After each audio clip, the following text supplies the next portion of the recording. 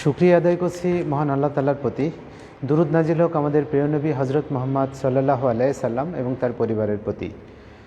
সুপ্রিয় প্রথম বর্ষের শিক্ষার্থীবৃন্দ, তোমাদের সবাইকে সালাম জানাচ্ছি। আসসালামু আলাইকুম।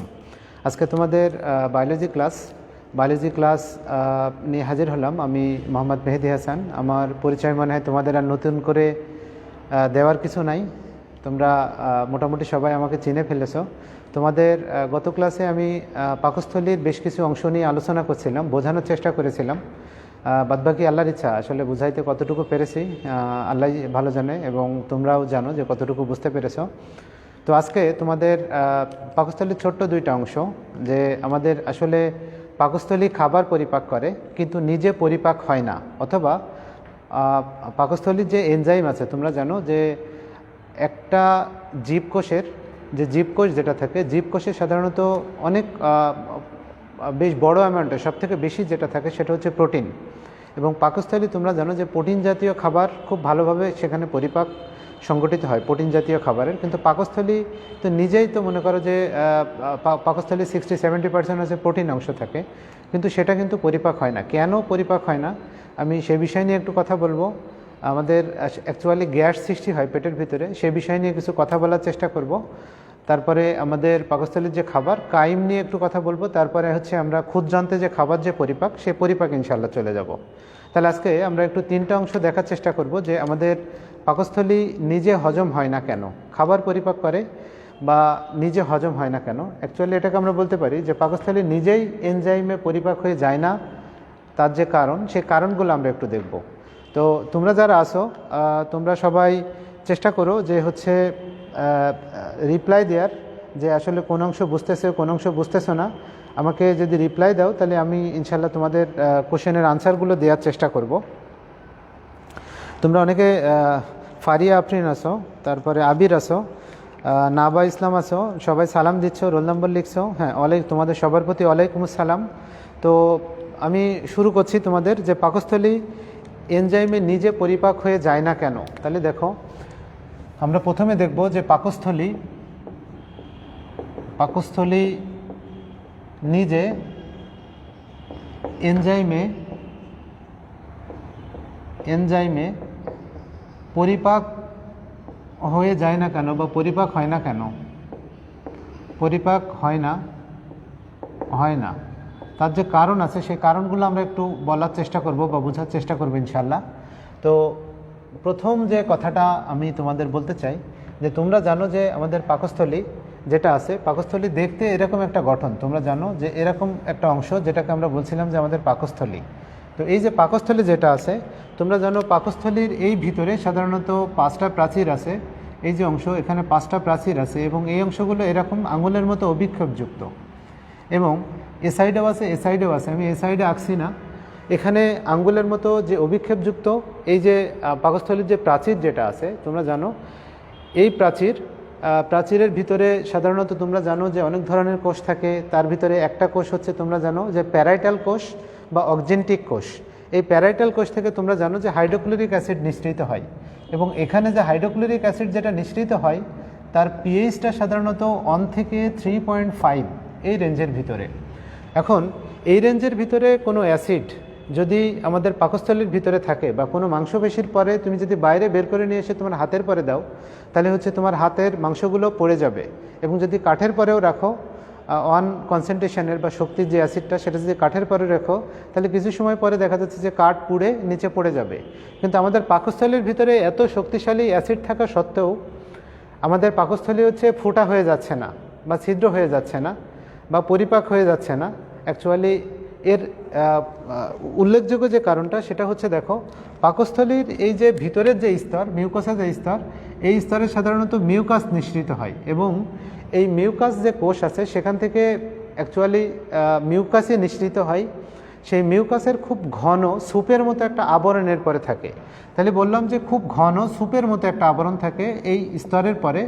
সুতরাং যেহেতু এই জায়গায় হচ্ছে খুব ঘন স্যুপের মতো এই স্তরে এরকম একটা আবরণ থাকে, যে আবরণের কারণে হাইড্রোক্লোরিক অ্যাসিড হচ্ছে আমাদের যে মিউকোসা যে স্তর আছে, এই যে স্তরের কথা বলছি, আঙুলের মতো অভিক্ষেপযুক্ত যে স্তরগুলা, তো এই স্তরে এরকম ঘন স্যুপের মতো যে স্তর, এই যে অংশগুলো দেখাচ্ছে লাল কালিতে দেখো, তো এই যে স্তর, এই স্তরের কারণে আমাদের হাইড্রোক্লোরিক অ্যাসিড আমাদের এই যে মিউকোসা স্তরের একেবারে উপরের দিকে যে লেয়ার, সেটাকে আমরা বলি এপিথেলিয়াম লেয়ার বা এপিথেলিয়াম স্তর। সেই এপিথেলিয়াম স্তরে সাধারণত এটা তোমার কী করতে পারে না, পৌঁছাতে পারে না, যার কারণে হচ্ছে আমাদের অ্যাসিডের কারণে আমাদের পেটটা ছিদ্র হয়ে যায় না, প্রথম কথা। সেকেন্ড যে কথা, আমাদের যে পাকস্থলী থেকে যে, তাহলে আমরা প্রথম যেটা বললাম সেটা হচ্ছে দেখো মিউকাসের কারণে, প্রথম যে কথাটা বললাম যে মিউকাসের কারণে। সেকেন্ড যে কারণটা আমরা বলবো, আমাদের যে গ্যাস্ট্রিক যে রস আছে, তোমরা জানো যে আমাদের পাকস্থলী থেকে যে রস নিঃসৃত হয় পরিপাকের জন্য, তাদেরকে সামগ্রিকভাবে আমরা বলি গ্যাস্ট্রিক রস। তো এই যে গ্যাস্ট্রিক রস যেটা আছে, এই গ্যাস্ট্রিক রসে সাধারণত কিছু বাইকার্বনেট জাতীয় আয়ন থাকে। কি থাকে? বাইকার্বনেট জাতীয় আয়ন থাকে। এই বাইকার্বনেট আয়ন যখন হাইড্রোক্লোরিক অ্যাসিডের সাথে কিছু পরিমাণ বিক্রিয়া করে, তখন আমাদের এই হাইড্রোক্লোরিক অ্যাসিডের সাধারণত যে শক্তি যেটা আছে, কনসেন্ট্রেশন যেটা আছে, সেটা হচ্ছে কিছু পরিমাণ কমে, যার কারণে হাইড্রোক্লোরিক অ্যাসিড আমাদের পেটকে ছিদ্রা বা ফোঁটা করতে পারে না। থার্ড যে কারণ সেটা হচ্ছে যে এখানে সাধারণত তোমার যে প্রোটিন পরিপাককারী যে এনজাইমগুলো, তোমরা জানো যে পাকস্থলী থেকে পেপসিন নিঃসৃত হয়, রেনিন নিঃসৃত হয়, কিন্তু পেপসিন, তোমরা গত ক্লাসে বলছিলাম, পেপসিন কিন্তু পেপসিন রূপে নিঃসৃত হয় না, বা রেনিন কিন্তু রেনিন রূপে নিঃসৃত হয় না। পেপসিন এবং রেনিন হচ্ছে অ্যাক্টিভ, কিন্তু আমাদের পেপসিন নিঃসৃত হয় সাধারণত পেপসিনোজেন হিসেবে, তোমরা জানো। তো আর রেনিন নিঃসৃত হয় প্রোরেনিন হিসেবে, এগুলো নিষ্ক্রিয় অবস্থায়। তাহলে আমাদের পাকস্থলীতে প্রোটিন পরিপাককারী, এটাই হচ্ছে অ্যাকচুয়ালি মেইন কারণ, যে পাকস্থলীতে প্রোটিন পরিপাককারী যে এনজাইমগুলো আছে, সেই এনজাইমগুলো সাধারণত নিষ্ক্রিয় অবস্থায় নিঃসরিত হয়। এই জন্য আমাদের পাকস্থলী নিজে পরিপাক হয় না, কিন্তু খাবার পরিপাক করে। তাহলে কি বললাম, যে পাকস্থলী কি করছে?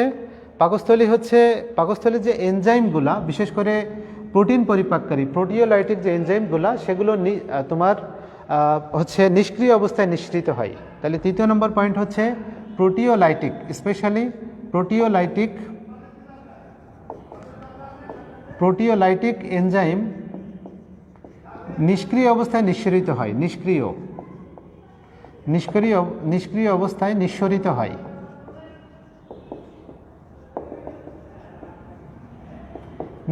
হয়। তাহলে তোমরা বুঝতে পারছো যে এটা তিনটা কারণ। দেখো মিউকাসের আরেকটা যে কারণটা আছে, এখনো দুইটা কারণ আছে তোমাদের। চতুর্থ নম্বর যে কারণটা, সেটা হচ্ছে দেখো পাকস্থলীর এই যে একেবারে অন্ত যে স্তর, এই যে স্তর বললাম, এখানে এক সারি ঘন সন্নিবিষ্ট কোষ থাকে, যেটাকে আমরা বললাম যে এপিথেলিয়াম লেয়ার। এই এপিথেলিয়াম লেয়ারের এই কোষগুলো খুব কাছাকাছি থাকে, ঘন সন্নিবিষ্ট থাকে, যার কারণে আমাদের এনজাইমগুলো সাধারণত কোষের ভিতরে প্রবেশ করতে পারে না, যার কারণে আমাদের পাকস্থলী হজম হয় না। তাহলে দেখো ফোর্থ যে কারণ বললাম, সেটা হচ্ছে যে ঘন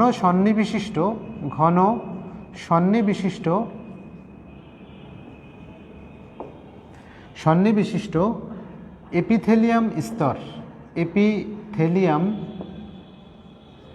স্তর। আরেকটা যে কারণ, এই কারণটা অ্যাকচুয়ালি তোমরা বিজ্ঞানীরা এখনো পর্যন্ত প্রমাণ করতে পারে নাই, তবে বিজ্ঞানীদের ধারণা সেটা হচ্ছে দেখো এখানে কিছু পরিমাণ অ্যান্টি এনজাইম নিঃসৃত হয়। তোমরা জানো অ্যান্টি মানে বিপরীত, তো একটু খেয়াল করো, অ্যান্টি এনজাইম নিঃসৃত হয়। এই যে অ্যান্টি মানে বিপরীত, তোমরা জানো অ্যান্টি এনজাইম। তাহলে অ্যান্টি এনজাইমটা কি? অ্যান্টি এনজাইম নিঃসরিত হয়, এটা কিন্তু কোনো তোমার প্রুভড কোনো হচ্ছে জিনিস না, এখনো বিজ্ঞানীরা প্রমাণ করতে পারে না এটা। অ্যান্টি এনজাইম নিঃসরিত হয়। তাহলে যে এনজাইম, দেখো যে পদার্থ বা যে জৈব রাসায়নিক পদার্থ হচ্ছে এনজাইমের বিপরীতে কাজ করে, তাদেরকে আমরা বলছি হচ্ছে অ্যান্টি এনজাইম। এই পাঁচটা কারণে সাধারণত আমাদের যে পাকস্থলী হচ্ছে নিজে এনজাইমে পরিপাক হয় না, বা পাকস্থলী নিজে পরিপাক হয় না, কিন্তু খাবার পরিপাক করে। এই পাঁচটা কারণ। তাহলে আমি আবার একটু বলছি, দেখো প্রথম কথা হচ্ছে যে পাকস্থলী থেকে তোমরা জানো যে প্যারাইটাল কোষ বা অক্সেন্টিক কোষ থেকে হাইড্রোক্লোরিক অ্যাসিড নিঃসৃত হয়। তো আমাদের পাকস্থলীর একদম ভিতরের যে স্তর, এই যে ভিতরের যে স্তর, এখানে ঘন স্যুপের মতো, তোমরা জানো যে ঘন স্যুপ হচ্ছে অনেক ঘন থাকে, তো ঘন স্যুপের মতো হচ্ছে একটা আবরণ থাকে, যে আবরণের কারণে এই হাইড্রোক্লোরিক অ্যাসিড আমাদের এই স্তরকে ছিদ্র করে দিতে পারে না, বা এখানে যে 5টা লেয়ার আছে এই লেয়ারকে ছিদ্র করে দিতে পারে না, বা আমাদের পেটকে ফোঁটা করে দিতে পারে না। এটা হচ্ছে একটা কারণ। সেকেন্ড যে কারণ সেটা হচ্ছে, দেখো আমাদের যে গ্যাস্ট্রিক রস আছে, হ্যাঁ গ্যাস্ট্রিক, অ্যাকচুয়ালি শুধু গ্যাস্ট্রিক লিখছি, গ্যাস্ট্রিক যে রস আছে এই রসের ভিতরে সাধারণত বাইকার্বনেট আয়ন, তোমরা জানো যে বাইকার্বনেট আয়ন যেটা, এটা হচ্ছে ক্ষারীয়। এই ক্ষারীয় আয়ন যখন অ্যাসিডের সাথে বিক্রিয়া করে তখন হচ্ছে একটা নিউট্রালাইজড কন্ডিশনের সৃষ্টি হয়, বা প্রশমন বিক্রিয়া হয়, যে প্রশমন বিক্রিয়ায় অ্যাসিড প্রশমিত হয়ে বা নিউট্রালাইজড হয়ে পানি তৈরি করে, যার কারণে অ্যাসিডের শক্তি কিছু পরিমাণ কমে যায়। এই কারণে অ্যাসিডটা আমাদের পেটকে ফুটা করতে পারে না। থার্ড যে কারণ সেটা হচ্ছে, দেখো পাকস্থলী থেকে প্রোটিন পরিপাককারী, দেখো প্রোটিও কথাটা আসছে প্রোটিন থেকে, লাইটিক মানে বিশ্লেষিত করা বা ভেঙে ফেলা বা তোমার গলিয়ে ফেলা। তাহলে দেখো প্রোটিওলাইটিক মানে যে এনজাইম আমাদের প্রোটিনকে তোমার ভেঙে চুরে ফেলবে বা পরিপাক করে ফেলবে, সেই এনজাইমকে আমরা বলছি প্রোটিওলাইটিক এনজাইম। তাহলে দেখো প্রোটিওলাইটিক এনজাইমগুলো নিষ্ক্রিয় অবস্থায় নিঃসরিত হয়, যার কারণে আমাদের পাকস্থলী নিজে হজম হয়ে যায় না। কিন্তু যখন এটা আবার সক্রিয় হয় তখন এই এনজাইমগুলো দিয়েই আমাদের খাবার পরিপাক হয়। ফোর্থ যে কারণ সেটা দেখো, যে পাকস্থলীর এই যে স্তর একেবারে ভিতরের দিকের, উপরের যে স্তর একদম ভিতরের দিকের হচ্ছে বাইরের স্তর, তার মানে দেখো একদম ভিতরের দিকের স্তর হচ্ছে মিউকাসের স্তর, এর একেবারে বাইরের দিকে যে স্তরটা আছে সেটাকে আমরা বলছি হচ্ছে তোমার এপিথেলিয়াম স্তর। এই যে এপিথেলিয়াম স্তর, তো এই এপিথেলিয়াম স্তরের কোষগুলো খুব ঘন সন্নিবিশিষ্ট থাকে, একটা আরেকটার সাথে খুব কম্প্যাক্টলি লাগানো থাকে, যার কারণে আমাদের এই এনজাইমগুলো সাধারণত কোষের একেবারে ভিতরে তোমার প্রবেশ করতে পারে না। এই কারণে হচ্ছে আমাদের পাকস্থলী নিজে হজম হয় না। আরেকটা কারণ হচ্ছে, যেটা হচ্ছে বিজ্ঞানীরা ধারণা করছে, এটা কিন্তু এখনও পর্যন্ত প্রমাণিত হয় নাই, যে আমাদের পাকস্থলীর ভিতরে হয়তো এমন কোনো অ্যান্টি এনজাইম আছে যে অ্যান্টি এনজাইমটা এনজাইমের বিপরীতে কাজ করে। তো এই অ্যান্টি এনজাইমের কারণে আমাদের পাকস্থলী নিজে হজম হয় না, কিন্তু খাবার পরিপাক করে। আমার মনে হয় তোমরা বুঝতে পেরেছো। এখন এখানে দেখো অ্যাকচুয়ালি আমাদের গ্যাস সৃষ্টি হয় কেন, সেই কথাগুলো আমি তোমাদের একটু জানানোর চেষ্টা করব বা বোঝানোর চেষ্টা করব। তোমরা অনেকে জানো যে আমাদের পেটের ভিতরে প্রচুর পরিমাণে গ্যাস হয়। তো গ্যাস কেন হয় অ্যাকচুয়ালি দেখো, এই হাইড্রোক্লোরিক অ্যাসিড যেটা দেখতেছো, প্রথম কথা, এই হাইড্রোক্লোরিক অ্যাসিডটা সাধারণত যেটা হয় সেটা হচ্ছে যখন মানুষ দীর্ঘ সময় ধরে না খেয়ে থাকে, তো এই হাইড্রোক্লোরিক অ্যাসিডটা মনে করো যে দীর্ঘ সময় ধরে এখানে কোনো খাবার আসে নাই, তখন এই হাইড্রোক্লোরিক অ্যাসিডটা যখন এই মিউকাসের যে স্তরের পরে যখন এই হাইড্রোক্লোরিক অ্যাসিডটা এখানে পড়তে থাকে, এই জায়গাটায় যখন পড়তে থাকে তখন এই ঘন স্যুপের মতো যে মিউকাসের যে স্তরটা, এই স্তরটা আস্তে আস্তে তোমার হালকা হয়ে যায়। যখন হালকা হয়ে যায় তখন সাধারণত হাইড্রোক্লোরিক অ্যাসিড আমাদের এই যে মিউকোসা বা সাবমিউকোসা যে স্তর আছে সেই স্তরের যে কোষগুলো, সেই কোষগুলোকে ক্ষতিগ্রস্ত করে। ক্ষতিগ্রস্ত যখন করে তখন এখানে বেশ কিছু ব্যাকটেরিয়া আছে বিশেষ করে। তো এই ব্যাকটেরিয়ার ভিতরে অন্যতম ব্যাকটেরিয়া হচ্ছে যে হেলিকোব্যাক্টার পাইলোরি। তাহলে এই ব্যাকটেরিয়ার ভিতরে গ্যাস্ট্রিক কেন হয় অ্যাকচুয়ালি সেটা আমি তোমাদের বলছি। দেখো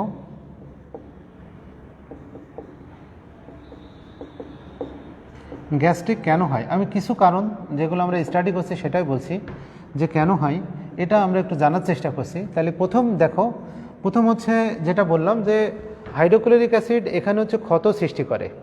যখন হাইড্রোক্লোরিক অ্যাসিড তাহলে কি করলো, HCl হচ্ছে আমাদের পেটে ক্ষত সৃষ্টি করলো।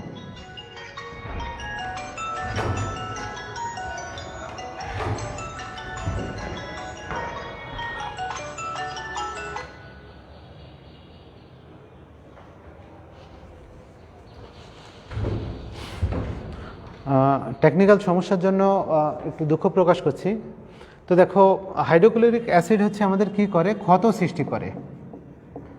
এই যে ক্ষত যেটা সৃষ্টি করে, এই ক্ষতই সাধারণত এখানে বিভিন্ন ধরনের ব্যাকটেরিয়া, বিভিন্ন প্রজাতির ব্যাকটেরিয়া সাধারণত আসার ফলে এখানে কি হয়, এখানে হচ্ছে বিশেষ করে বললাম যে হেলিকোব্যাক্টার পাইলোরি যেটা আছে, যে হেলিকোব্যাক্টার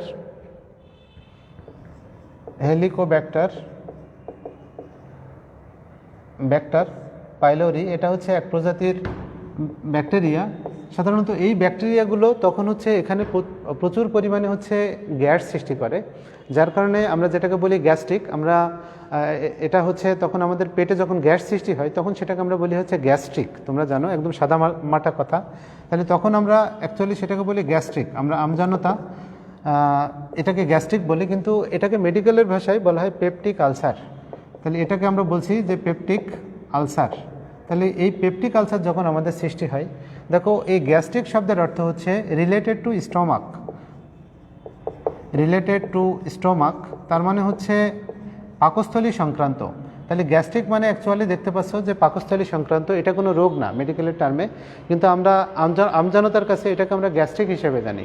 এখন দেখো গ্যাস্ট্রিককে মেডিকেলের ভাষায় বলা হয় পেপটিক আলসার, মেডিকেল টার্মে এটাকে বলা হয় পেপটিক আলসার। এই পেপটিক আলসারটা সাধারণত যে কারণে হয়, দেখো হাইড্রোক্লোরিক অ্যাসিড যখন বিশেষ করে ক্ষত সৃষ্টি করে, ক্ষত যদি নাও সৃষ্টি করে তাহলে আমাদের পেটের সাধারণত পাকস্থলীর ভিতরে কিছু ব্যাকটেরিয়া থাকে, সেই ব্যাকটেরিয়াগুলো সাধারণত গ্যাসের সৃষ্টি করে। গ্যাস্ট্রিকের আমাদের যে গ্যাস, সে গ্যাসের সৃষ্টি করে। তার ভিতরে অন্যতম যে ব্যাকটেরিয়া, সে ব্যাকটেরিয়া হচ্ছে হেলিকোব্যাক্টার পাইলোরি। এই ব্যাকটেরিয়া সাধারণত আমাদের পাকস্থলীর ভিতরে তোমার গ্যাস্ট্রিক যেটা আছে সেই গ্যাস্ট্রিকের সৃষ্টি করে। আরেকটা কথা তোমাদের এখানে না বললে নাই, গ্যাস আমরা মনে করি যে আমাদের পাকস্থলীর ভিতরে বেশি গ্যাস সৃষ্টি হয়, অ্যাকচুয়ালি কিন্তু আমাদের পাকস্থলীর ভিতরে বেশি গ্যাস সৃষ্টি হয় না। আমাদের পাকস্থলী থেকে একদম ক্ষুদ্রান্তের যে প্রথম অংশ যেটা আছে, এখান থেকে আমি যখন তোমাদের দেখাবো ক্ষুদ্রান্ত, এখান থেকে একেবারে প্রথম অংশ ক্ষুদ্রান্তের, সেখান থেকে অ্যাকচুয়ালি বেশি পরিমাণ গ্যাস সৃষ্টি হয়। তাহলে প্রথম যে কারণটা বললাম যে হাইড্রোক্লোরিক অ্যাসিড ক্ষত সৃষ্টি করে এবং সেখানে কাজ করে হচ্ছে হেলিকোব্যাক্টার পাইলোরি প্রজাতির যে ব্যাকটেরিয়াগুলো আছে, সেই ব্যাকটেরিয়াগুলো আমাদের পাকস্থলীতে গ্যাস সৃষ্টি করার জন্য মেইনলি রেসপন্সিবল। তো এটা গেল। সেকেন্ড যে কারণে গ্যাস আমাদের সৃষ্টি হয় সেটা দেখো, যে খাবারে যদি আমরা মনোযোগ না দিই, যখন সেকেন্ড নাম্বার যে কজ সেটা হচ্ছে দেখো খাবারে মনোযোগ না দেয়া। খাবারে মনোযোগ না দেয়া, দেখো খাবারে মনে করো যে তুমি একটা খাবার খাচ্ছ, সিরিয়াল দেখতেছো, হিন্দি সিরিয়াল দেখতেছো, তুমি খাবার খাচ্ছ, আনমনে খাবার খাচ্ছ, অ্যাকচুয়ালি কী খাচ্ছ সেটা তুমি নিজে বুঝতেছো না, ভালো করে চিবাচ্ছ না সেটা। আবার যখন তুমি ভালো করে চিবাচ্ছ না বা খাবারের স্বাদ যখন তোমার ব্রেনে যাচ্ছে না, অ্যাকচুয়ালি তুমি কী খাচ্ছ তুমি নিজেই জানো না, কোন ধরনের খাবার খাচ্ছ সেটাও তুমি বুঝতে পারছো না। তুমি একেবারে টেলিভিশনে যে সিনেমা হচ্ছে বা সিরিয়াল হচ্ছে তার নেশায় তুমি বোধ হয়ে আসো। এই অবস্থায় যখন তুমি খাবারগুলো খাও, আনমনে যখন খাবার খাও, তখন আমাদের মস্তিষ্কের যে তোমরা জানো যে আমাদের স্নায়ুতন্ত্র, যেটা স্নায়ুতন্ত্র খুব বেশি অ্যাক্টিভ থাকে না। যদি খুব বেশি অ্যাক্টিভ না থাকে তাহলে প্রপারলি এনজাইমগুলো নিঃসরিত হতে পারে না। যখন প্রপারলি এনজাইমগুলো নিঃসরিত না হতে পারে তখন আমাদের খাবারগুলো প্রপারলি হজম হয় না, তখন হচ্ছে আমাদের বদ হজম হয়। হ্যাঁ, তখন বদ হজম হলে আমাদের খাবারগুলো মনে করো যে পেটে গ্যাস সৃষ্টি হয়, পেটের ভিতরে ভাটভুট করে। অনেক সময় দেখা যাচ্ছে যে আমাদের তোমার লুজ মোশন হতে পারে খাবারগুলো হজম না হওয়ার কারণে। তা এসব কারণেও সাধারণত অ্যাকচুয়ালি আমাদের গ্যাস সৃষ্টি হয়। তোমাদের একটা উদাহরণ দিলে তোমরা ভালো বুঝতে পারবা। মনে করো যে যখন আমাদের কুকুরই যখন আমাদের তাড়া করে, মনে করো একটা কুকুর তোমাকে তাড়া করলো, তখন তুমি কি করো? তুমি প্রাণপণে দৌড়াও যাতে হচ্ছে কুকুর তোমাকে কামড়াইতে না পারে। তো এই অবস্থায় আমাদের স্নায়ুতন্ত্র যেটা যা করে, আমাদের যে ব্লাড সার্কুলেশন যেটা আছে, সেই ব্লাড সার্কুলেশন সাধারণত কিছু হরমোন ক্ষরণের মাধ্যমে আমাদের ব্লাড সার্কুলেশন তখন শুধুমাত্র আমাদের হার্ট, আমাদের ফুসফুস এবং মাংসপেশির ক্ষেত্রে সীমাবদ্ধ থাকে। হ্যাঁ, তখন অন্যদিকে আমাদের বডি যেমন কনসেন্ট্রেট করার টাইম পায় না। তো হচ্ছে ঠিক তেমনভাবে তুমি যখন মনোযোগ দিয়ে যদি না খাও, তাহলে আমাদের বডি যখন তোমার মনে করো যে খাবারের প্রতি কনসেন্ট্রেশন করে না, খাবারের স্বাদ পায় না, তখন সেই উদ্দীপনাটা যখন আমাদের মস্তিষ্কে না পৌঁছায়, তখন আমাদের স্নায়ুগুলো আছে, সেই স্নায়ুগুলো কি করে, যখন রেসপন্স না করে, তখন আমাদের শরীর থেকে, আমাদের পেট থেকে, আমাদের ক্ষুদ্রান্ত থেকে, আমাদের মুখগহ্বর থেকে হরমোনগুলো যখন এনজাইমগুলো যখন নিঃসরিত না হয়, তখন আমাদের খাবারগুলো প্রপারলি হজম হয় না। আর হজম না হওয়ার কারণে সাধারণত আমাদের গ্যাস যেটা বা গ্যাস্ট্রিক সৃষ্টি হয়। তারপরে দেখো অনেক ক্ষেত্রে আমাদের তৃতীয় নম্বর যে কারণ সেটা হচ্ছে দেখো পেটের এনভায়রনমেন্ট ভালো না থাকা। আমাদের অ্যাকচুয়ালি আমরা পেট বলতে দেখো পেটের যে পরিবেশ আছে, পরিবেশ ভালো না রাখা। পরিবেশ যখন ভালো না থাকে, পেটের পরিবেশ বলতে দেখো অ্যাকচুয়ালি এটা বিভিন্ন কারণে হতে পারে। আমাদের পেটের ভিতরে সাধারণত এনজাইমগুলো এক একটা এনজাইম স্পেসিফিক কিছু তোমার হচ্ছে টেম্পারেচার আছে, স্পেসিফিক কিছু পিএইচে কাজ করে। আমি বিশেষ করে পিএইচের পরে গুরুত্বটা বেশি দিব। তোমরা জানো যে আমাদের পেটের ভিতরে যে পিএইচ যেটা আছে সেই পিএইচে নির্দিষ্ট, যেমন মনে করো যে তোমরা জানো যে পেপসিন যেটা আছে সেই পেপসিনটা একটা নির্দিষ্ট পিএইচে কাজ করে। যদি পিএইচ বেশি হয় কম হয় তাহলে পেপসিনটা ঠিকমতো খাবার হজম করতে পারে না। আবার আমাদের অন্যান্য যে পেটের ভিতরে যে এনজাইমগুলো আছে সেগুলো সবগুলোই হচ্ছে সাধারণত অম্লীয় অবস্থায় বা অ্যাসিডিক অবস্থায় কাজ করে। তো অম্লীয় অবস্থায় বা অ্যাসিডিক অবস্থায় কাজ করার কারণে এরা যখন এই অ্যাসিডিক অবস্থাটা প্রপারলি মেনটেন না হয় বা কমপ্লিটলি একটা এনজাইম কাজ করার জন্য যে যতটুকু পিএইচ দরকার ততটুকু পিএইচ যখন না পাই, তখন এই এনজাইমগুলো যখন কাজ না করতে পারে তখন আমাদের খাবারগুলো হজম হয় না, তখনও আমাদের সাধারণত গ্যাস সৃষ্টি হয়। আর আরেকটা ইম্পর্টেন্ট কারণ হচ্ছে দেখো আইবিএস, হ্যাঁ, এটাকে আমরা বলি irritating bouncing. IBS irritating bouncing মানে ইরিটেট মানে তোমরা জানো যে হচ্ছে কাউকে বিরক্ত করা। হ্যাঁ, তো আমরা যেমন এক কাজ যখন আমরা বারবার করে করি একই কাজ, তখন যেমন এই কাজটা অন্যদের জন্য যেমন বিরক্তির কারণ হয়, আমাদের পেট যদি একই খাবার বারবার গ্রহণ করে তাহলে আমাদের পেটের যে এনজাইম যেগুলো আছে বা পেটের যে ডাইজেস্টিভ সিস্টেম আছে সেই সিস্টেমটা বিরক্ত হয়। কেমন বিরক্ত হয়? বিশেষ করে আমরা দেখো সারা দিন সাধারণত শস্য জাতীয় খাবার প্রচুর পরিমাণে খাই সব সময়। মনে করো একদম শিশুকাল থেকে শুরু করে মৃত্যুর আগ পর্যন্ত মনে করো ভাত খেয়ে যাচ্ছি, রুটি খেয়ে যাচ্ছি, তারপরে মনে করো যে আমরা ভুট্টা, তারপরে হচ্ছে কেক, এই জিনিসগুলো আমরা বারবার খেয়ে যাচ্ছি। তো বিশেষ করে যে এই যে আমাদের কার্বোহাইড্রেট জাতীয় বা শস্য জাতীয় যে খাবার আছে, কর্ন জাতীয় যে খাবার আছে, সেই খাবারগুলো আমাদের পেটে যাইতে যাইতে আমাদের পেটটা হচ্ছে একেবারে তোমার এটা বলবো যে একেবারে ব্লার বা ভোতা হওয়ার মতো অবস্থা হয়। তখন এক খাবার যখন বারবার যায় তখন আমাদের পেট হচ্ছে ইরিটেট করে, খুব বেশি বিরক্ত হয়। তো এক খাবার বারবার গেলে আমাদের পেটে সাধারণত এনজাইম যেগুলো আছে এনজাইমটা প্রপারলি নিঃসরিত হতে পারে না, যার কারণে হচ্ছে আমাদের খাবারগুলো হজম হয় না। তারপরে দেখো বিশেষ করে আমাদের দুধে কিছু প্রোটিন আছে, সেই প্রোটিনের একটা প্রোটিন হচ্ছে কেসিন। তো এই কেসিন জাতীয় খাবারও যদি মানুষ যদি একটু বেশি বেশি খায় তবুও হচ্ছে এরকম ইরিটেটিং বাউন্সিং হতে পারে। তাই ইরিটেটিং বাউন্সিং হলে আমাদের পেট ফুলবে, তারপরে হচ্ছে প্রচণ্ড পরিমাণ পেটে গ্যাস সৃষ্টি হবে, তারপরে হচ্ছে আমাদের তোমরা জানো যে কনস্টিপেশন হতে পারে, তারপর হচ্ছে আমাদের লুজ মোশনের সৃষ্টি হতে পারে, ডায়রিয়া হতে পারে। এসব কারণে সাধারণত এটা হতে পারে। তাহলে ফোর্থ যে কারণ বললাম সেটা হচ্ছে যে আইবিএসের কারণে সাধারণত আমাদের গ্যাস্ট্রিক হতে পারে। আরেকটা কারণ দেখো, আরেকটা কারণ হচ্ছে আমরা যখন আমাদের পেটে যখন গ্যাস সৃষ্টি হচ্ছে তখন আমরা বারবার হচ্ছে তোমার ওমিপ্রাজল, তারপর হচ্ছে তোমার আমাদের যে অ্যান্টি অ্যাসিড যে ওষুধগুলো আছে তোমরা জানো যে গ্যাস্ট্রিকের বেশ কিছু ট্যাবলেট পাওয়া যায়। তো অ্যাকচুয়ালি তিনটা কাজের হচ্ছে মিলিত ক্রিয়ায় আমাদের খাবারগুলো হজম হয়। পেটে সংকোচন প্রসারণের কারণে হয়, তারপরে তোমরা জানো যে রাসায়নিক পরিপাক যেটা এনজাইমের কারণে হয়। তো আমাদের গ্যাস্ট্রিকের যে ঔষধগুলো আছে সেই ঔষধগুলো বিশেষ করে ওমিপ্রাজল গ্রুপের যে ওষুধগুলো সেই ওষুধগুলোর অন্যতম কাজ হচ্ছে আমাদের হাইড্রোক্লোরিক অ্যাসিডের নিঃসরণকে কমিয়ে দেয়া। এখন আমাদের যদি আমরা ওই গ্যাস্ট্রিকের ওষুধ বা ওমিপ্রাজল গ্রুপের ওষুধ যদি আমরা বারবার যদি খাইতে থাকি তাহলে তখন আমাদের পেটের ভিতরের যে হাইড্রোক্লোরিক অ্যাসিড যেটা আছে সেই অ্যাসিডটা আর হচ্ছে আস্তে আস্তে নিঃসরণটা কমে যায়, কমে গিয়ে আমাদের পেটের ভিতরে যে অম্লীয় যে দশা বা অ্যাসিডিক যে দশা সেই অ্যাসিডিক দশাটা একসময় কমে যায়। তো আমরা যে খাবারই যত ভালো করে যত বিশুদ্ধতার সাথেই খাই না কেন হচ্ছে সেই খাবারে কিছু পরিমাণ ব্যাকটেরিয়া থাকেই।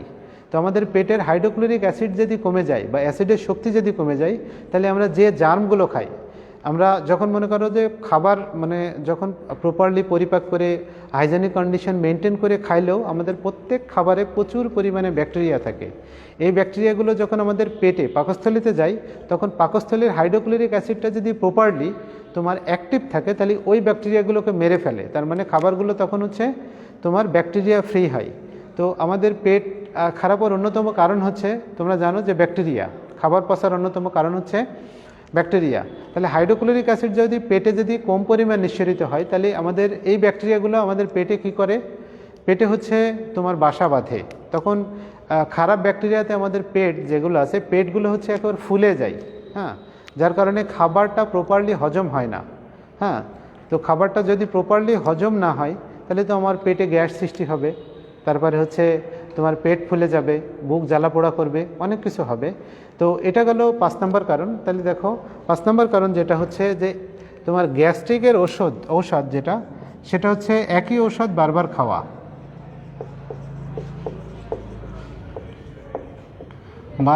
একই ওষুধ বারবার খাওয়া। তাহলে দেখো এই যে কারণগুলো বললাম এটা হচ্ছে অন্যতম কারণ। দেখো তাহলে আমরা বললাম যে গ্যাস্ট্রিক বলতে আমরা যেটা বুঝি মেডিকেল টার্মে সেটাকে বলা হয় পেপটিক আলসার।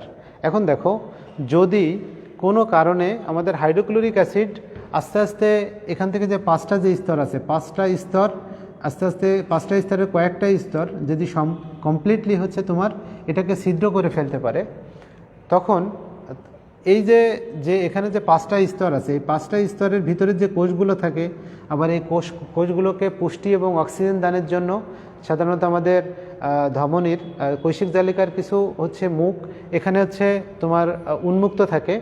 তখন কি হয়, এই অংশটা যখন অনেক পরিমাণ এর অধিকাংশ লেয়ারগুলো যখন ক্ষতিগ্রস্ত হয় তখন হচ্ছে আমাদের খাবারের সাথে আমাদের পেটের এই যে বিভিন্ন লেয়ারের যে কোষগুলো আছে সেরেসা, সাবমিউকোসা, মিউকোসা লেয়ারের যে কোষগুলো থাকে সেই কোষগুলা খাবারের সাথে প্লাস কিছু পরিমাণ রক্ত খাবারের সাথে আমাদের পেটের যে মিউকাস আছে সেই মিউকাস যখন খাবারের সাথে নিঃসরিত হয় তখন ওই অবস্থাকে আমরা বলি আলসার। তখন ওই অবস্থাকে আমরা কি বলছি, তখন ওই অবস্থাকে আমরা বলছি হচ্ছে আলসার, যেটা মেডিকেল টার্মে বলা হয় perforation of peptic ulcer. Perforation of peptic ulcer, peptic ulcer. তাহলে দেখো আমরা যেটাকে আলসার বলে জানি মেডিকেল টার্মে এটাকে বলছে পারফোরেশন অফ পেপটিক আলসার। তাহলে পারফোরেশন অফ পেপটিক আলসার এবং peptic ulcer that means gastric এবং আলসারের ভিতরে বেসিক যে পার্থক্য সেটা হচ্ছে দেখো গ্যাস্ট্রিক যখন হয় তখন আমাদের এই যে লেয়ারটা আছে এই লেয়ারটা ক্ষতিগ্রস্ত হতেও পারে নাও পারে। বিভিন্ন কারণে আমাদের পেটের ভিতরে যদি গ্যাস সৃষ্টি হয়, বদহজম হয়, খাবার হজম মনে করো যে হজমের সমস্যা হয়, তারপরে হচ্ছে আমাদের পেটের ভিতরে যদি ভাটভুট করে, তারপরে হচ্ছে বুক জ্বালা পোড়া করে, তাহলে সেটাকে আমরা গ্যাস্ট্রিক বলতে পারি। কিন্তু আলসার যখন সিভিয়ার কন্ডিশনে যায় মানুষের, যে এই যে লেয়ারগুলো ক্ষতিগ্রস্তই হবেই, 2টা লেয়ার হোক, 1টা লেয়ার হোক, 3টা লেয়ার হোক, এই লেয়ারগুলো যখন ক্ষতিগ্রস্ত হবে এবং এই লেয়ারের যে কোষগুলো আছে সেই কোষগুলো যখন রক্তের সাথে এবং মিউকাসের সাথে মিশ্রিত হয়ে খাবারের সাথে আমাদের মলের সাথে যখন বের হবে এবং আমাদের যখন এখানে ক্ষতিগ্রস্ত হবে, তখন যখনই খাবার আসবে এখানে বা অ্যাসিড আসবে যখন এখানে, তখন আমাদের পেটে অনেক জ্বালা পোড়া করবে। হ্যাঁ, তোমার হচ্ছে বার্নিং সেন্সেশন হবে অনেক। তো এই অবস্থা যখন হবে মানে একেবারে সিভিয়ার অবস্থা যখন হবে গ্যাস্ট্রিকের, তখন সেটাকে আমরা বলবো আলসার বা মেডিকেল টার্মে এটাকে বলবো পারফোরেশন অফ পেপটিক আলসার। তো এটা থেকে অ্যাকচুয়ালি উপায় আমাদের বেঁচে থাকার যে উপায় সেই উপায়টা কি অ্যাকচুয়ালি, এখান থেকে অ্যাকচুয়ালি বেঁচে থাকার বেশ কিছু উপায় আছে। কারো যদি গ্যাস্ট্রিক হয় তাহলে তার খাবারের পরিবর্তন আনতে হবে। আমরা যে কার্বোহাইড্রেট সবসময় খেয়ে যাচ্ছি বা শস্য জাতীয় খাবার সবসময় খেয়ে যাচ্ছি, এই খাবারগুলো একটু অল্টারনেট করে খাইতে হবে, সবসময় একই খাবার খাওয়া যাবে না। তারপরে দুধ জাতীয় বা দুধ থেকে তৈরি যে মিষ্টান্ন জাতীয় বা দই, তারপর হচ্ছে চিজ যেগুলো আছে সেগুলো সবসময় তোমার খাওয়া যাবে না, এগুলো একটু অ্যাভয়েড করতে হবে। তারপরে হচ্ছে শারীরিক পরিশ্রম করতে হবে বা রেগুলার হচ্ছে তোমার হালকা যে ব্যায়াম আছে সে হালকা ব্যায়াম করতে হবে। মাঝে মাঝে আমাদের পাকস্থলী যেটা আছে, এই যে তোমার বললাম যে অধিকাংশ গ্যাস সৃষ্টি হয় হেলিকোব্যাক্টার পাইলোরি জাতীয় যে ব্যাকটেরিয়া আছে সেই ব্যাকটেরিয়ার কারণে। এখন এই ব্যাকটেরিয়াটা কি করে, এই ব্যাকটেরিয়াটা এখানে আশেপাশে যে হাইড্রোক্লোরিক অ্যাসিড আসে সেই আশেপাশের হাইড্রোক্লোরিক অ্যাসিডকে তোমার নিউট্রালাইজড করে সে একটা আসন গেড়ে বসে এবং বসে সেখানে গ্যাস সৃষ্টি করে। এই ব্যাকটেরিয়াটা যখন আমরা রোজা থাকি, বিশেষ করে দীর্ঘ সময় ফাস্টিং করি, না খেয়ে থাকি, বা আমরা যখন রোজা থাকি তখন আমাদের পেটে হচ্ছে সাধারণত দীর্ঘ সময় খাবার পড়ে না, তখন ওই হাইড্রোক্লোরিক অ্যাসিডের কনসেন্ট্রেশন বেশি থাকার কারণে আমাদের এই যে হেলিকোব্যাক্টার পাইলোরি জাতীয় যে ব্যাকটেরিয়া আছে সেগুলো আমাদের পেট থেকে তোমার মারা যায় বা নিঃশেষিত হয়, যার কারণে হচ্ছে পরবর্তীতে আমাদের পেটে গ্যাস সৃষ্টি হয় না। এটাও একটা কারণ। তারপরে আমাদের পেটের এক ঔষধ আমাদের গ্যাস্ট্রিকের যে ঔষধগুলো সবসময় যদি আমরা খাইতে থাকি, তাহলে হচ্ছে আমাদের বললাম যে হাইড্রোক্লোরিক অ্যাসিড যেটা আছে সেই অ্যাসিডগুলো কম পরিমাণ নিঃসরিত হতে হতে একসময় এত কম হয়ে যাবে যে যখন সেটা আমাদের জন্য, আমাদের নিজেদের জন্য অনেক ক্ষতির কারণ হবে।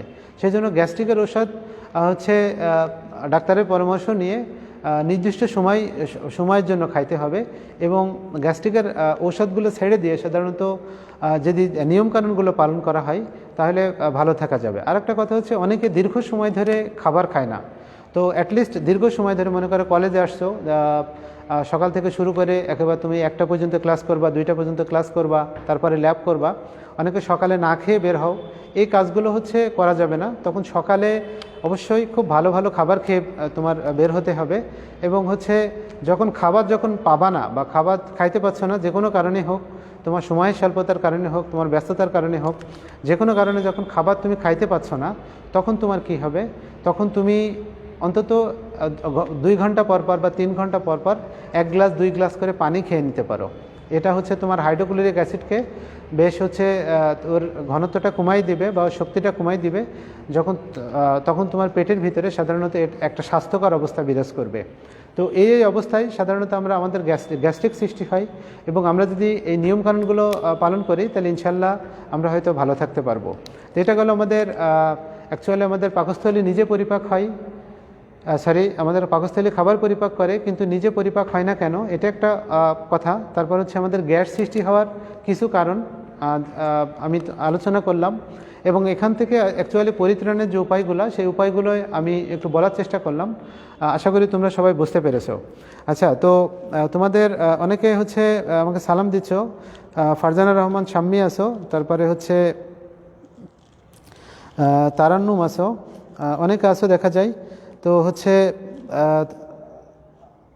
আশা করি তোমরা সবাই বুঝতে পারছো। যদি বুঝতে না পারো তাহলে হচ্ছে তোমরা আমাকে রিপ্লাই দিতে পারো যে স্যার বুঝতে পারছি না অ্যাকচুয়ালি, তখন আমি তোমাদের ওই বিষয়টা আরেকবার বলে বোঝানোর চেষ্টা করবো ইনশাল্লাহ। তো আমরা এখন যেটা পড়ব সেটা হচ্ছে, দেখো যে তোমরা জানো যে আমাদের ক্ষুদ্রান্তের যে পরিপাক, তাহলে ক্ষুদ্রান্তের পরিপাকটা আমরা এবার একটু দেখব।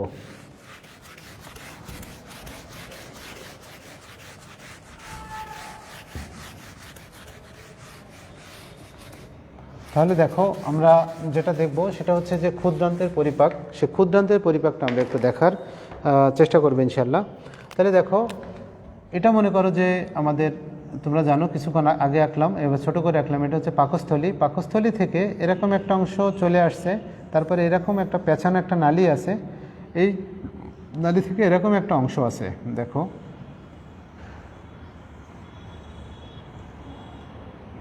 এই যে এখান থেকে এরকম স্যাকের মতো একটা অংশ আছে, স্যাক লাইক একটা অংশ, প্রজেকশন যেটা বলি। তাহলে একটু খেয়াল করো,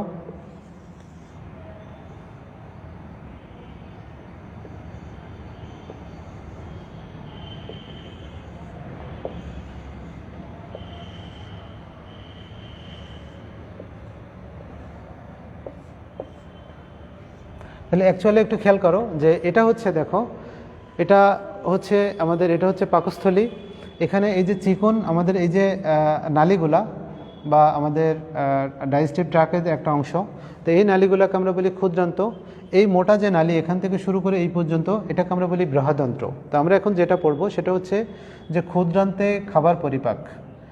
ক্ষুদ্রান্তে আমরা ক্ষুদ্রান্ত সম্পর্কে জানবো এবং এখানে খাবার যে পরিপাক হয় কিভাবে, সেই খাবার পরিপাকগুলো আমরা একটু দেখব। এখন দেখো, পাকস্থলী থেকে যখন খাবারটা তোমার অর্ধ পরিপাককৃত অবস্থায় থাকে তখন সেটাকে আমরা বলি কাইম।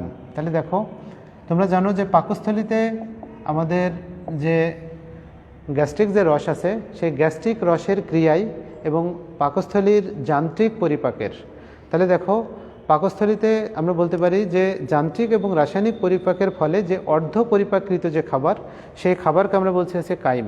তাহলে কাইম আমরা কাকে বলছি, দেখো কাইম হচ্ছে অর্ধ পরিপাকৃত খাবার, অর্ধ পরিপাকৃত স্যুপের মতো যে খাবারটা, যেখানে কিছু পরিমাণ তোমার প্রোটিন পদার্থ থাকে। অনেকটা হচ্ছে আমরা যদি মনে করো যে স্যুপগুলো খাই, তোমরা জানো যে স্যুপের ভিতরে অনেক ক্ষেত্রে হচ্ছে বিভিন্ন ধরনের গোস্ত দেয়া থাকে। মুরগির গোস্ত, তারপর হচ্ছে তোমার গরুর গোস্ত, ছাগলের গোস্ত দেওয়া থাকে। তো এরকমই একটা অংশ যে সুপের মতো অর্ধ পরিপাকৃত যে খাবার পাকস্থলিতে, তাহলে দেখো পাকস্থলিতে তোমার যান্ত্রিক এবং রাসায়নিক পরিপাকের ফলে অর্ধ পরিপাকৃত সুপের মতো যে খাবার, সেই খাবারকে আমরা বলছি হচ্ছে কাইম। এক কথায় যদি একদম সোজা করে বলতে চাও তাহলে কাইম হচ্ছে অর্ধ পরিপাকৃত খাবার।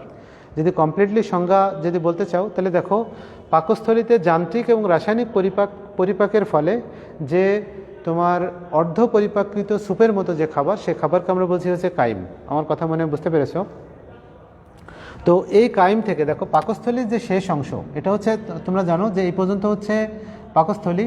তো এই পাকস্থলীর এই যে অংশটা, এটাকে আমরা বলছিলাম যে পাইলোরাস, তোমাদের যদি মনে থাকে, বা পাইলোরিক রিজিয়ন। হ্যাঁ, তাহলে এই যে পাইলোরাস যেটা আছে, পাইলোরাসের পরে এখান থেকে এই যে অংশটা দেখো, এই যে ছোট্ট যে এখানে একটা মাংসপেশির বেড়ি থাকে, এটাকে আমরা বলি পাইলোরিক স্ফিংটার। দেখো এটাকে আমরা বলি পাইলোরিক, আমি বাংলায় লিখছি পাইলোরিক স্ফিংটার। তাহলে স্ফিংটার শব্দের অর্থ হচ্ছে মাংসপেশির বেড়ি। স্ফিংটার শব্দের অর্থ হচ্ছে যে তোমার হচ্ছে পেশির বেড়ি বা মাংসপেশির বেড়ি। তাহলে দেখো মাংস, এটাকে বলছি পেশির বেড়ি। এখান থেকে দেখো পাকস্থলীর শেষ অংশ থেকে হচ্ছে আমাদের ক্ষুদ্রান্তের যে শুরুর অংশ, এই অংশে সাধারণত একটা মাংসপেশির বেড়ি থাকে, এটাকে আমরা বলছি পাইলোরিক স্ফিংটার। তাহলে দেখো এই পাইলোরিক স্ফিংটার দিয়ে আমাদের পাকস্থলীর যে অর্ধ পরিপাকৃত যে খাবার, যেটাকে বলছি কাইম, আবার বলছি পাকস্থলীর যে অর্ধ পরিপাকৃত যে খাবার, সেটাকে বলছি কাইম। এই কাইমটা পাইলোরিক স্ফিংটার দিয়ে একটা বিশেষ প্রক্রিয়ায় আমাদের যে ক্ষুদ্রান্ত আছে, সেই ক্ষুদ্রান্তে প্রবেশ করে। তো যে বিশেষ প্রক্রিয়ায় পাকস্থলী থেকে খাবারটা ক্ষুদ্রান্তে প্রবেশ করে, তাদেরকে সেই প্রক্রিয়াকে আমরা বলি সেগমেন্টেশন। দেখো ইংরেজিতে লিখে বুঝতে পারবা, সেগমেন্টেশন। তাহলে সেগমেন্টেশন, তোমরা জানো যে সেগমেন্টেশন কথাটা আসছে সেগমেন্ট থেকে। কোথা থেকে আসছে? সেগমেন্ট মানে তোমরা জানো যে এক একটা পার্ট অংশ, তাই তো? তাহলে সেগমেন্টেশন কথাটা আসছে সেগমেন্ট থেকে। তোমরা জানো যে আমাদের পাকস্থলী, ক্ষুদ্রান্ত এবং বৃহদান্ত্র মিনিটে 3 বার সংকুচিত এবং 3 বার প্রসারিত হয়। এখন এই মাংসপেশির বেড়িটা যখন তোমার সংকুচিত হয়, তখন এখান থেকে খাবার ক্ষুদ্রান্তে প্রবেশ করে না। যখন প্রসারিত হয়, তখন এখান থেকে খাবারটা এখানে প্রবেশ করে। কতবার প্রবেশ করে? সাধারণত জেনারেলি যেটা করে সেটা হচ্ছে মিনিটে 3 বার খুব ছোট ছোট অংশ করে প্রবেশ করে, মানে সেগমেন্ট আকারে প্রবেশ করে। তাহলে দেখো পাকস্থলীতে খাবারটা ক্ষুদ্রান্তে কিভাবে প্রবেশ করে? সেগমেন্ট আকারে প্রবেশ করে। তো এই যে সেগমেন্ট আকারে খাবারটা প্রবেশ করে, তো এই জন্য এই প্রক্রিয়াকে বলা হয় সেগমেন্টেশন। তাহলে দেখো পাকস্থলী থেকে খাবারটা যখন ক্ষুদ্রান্তে সেগমেন্ট আকারে প্রবেশ করে, তখন সেই প্রক্রিয়াকে আমরা বলছি হচ্ছে সেগমেন্টেশন। এই সেগমেন্টেশন প্রক্রিয়ায়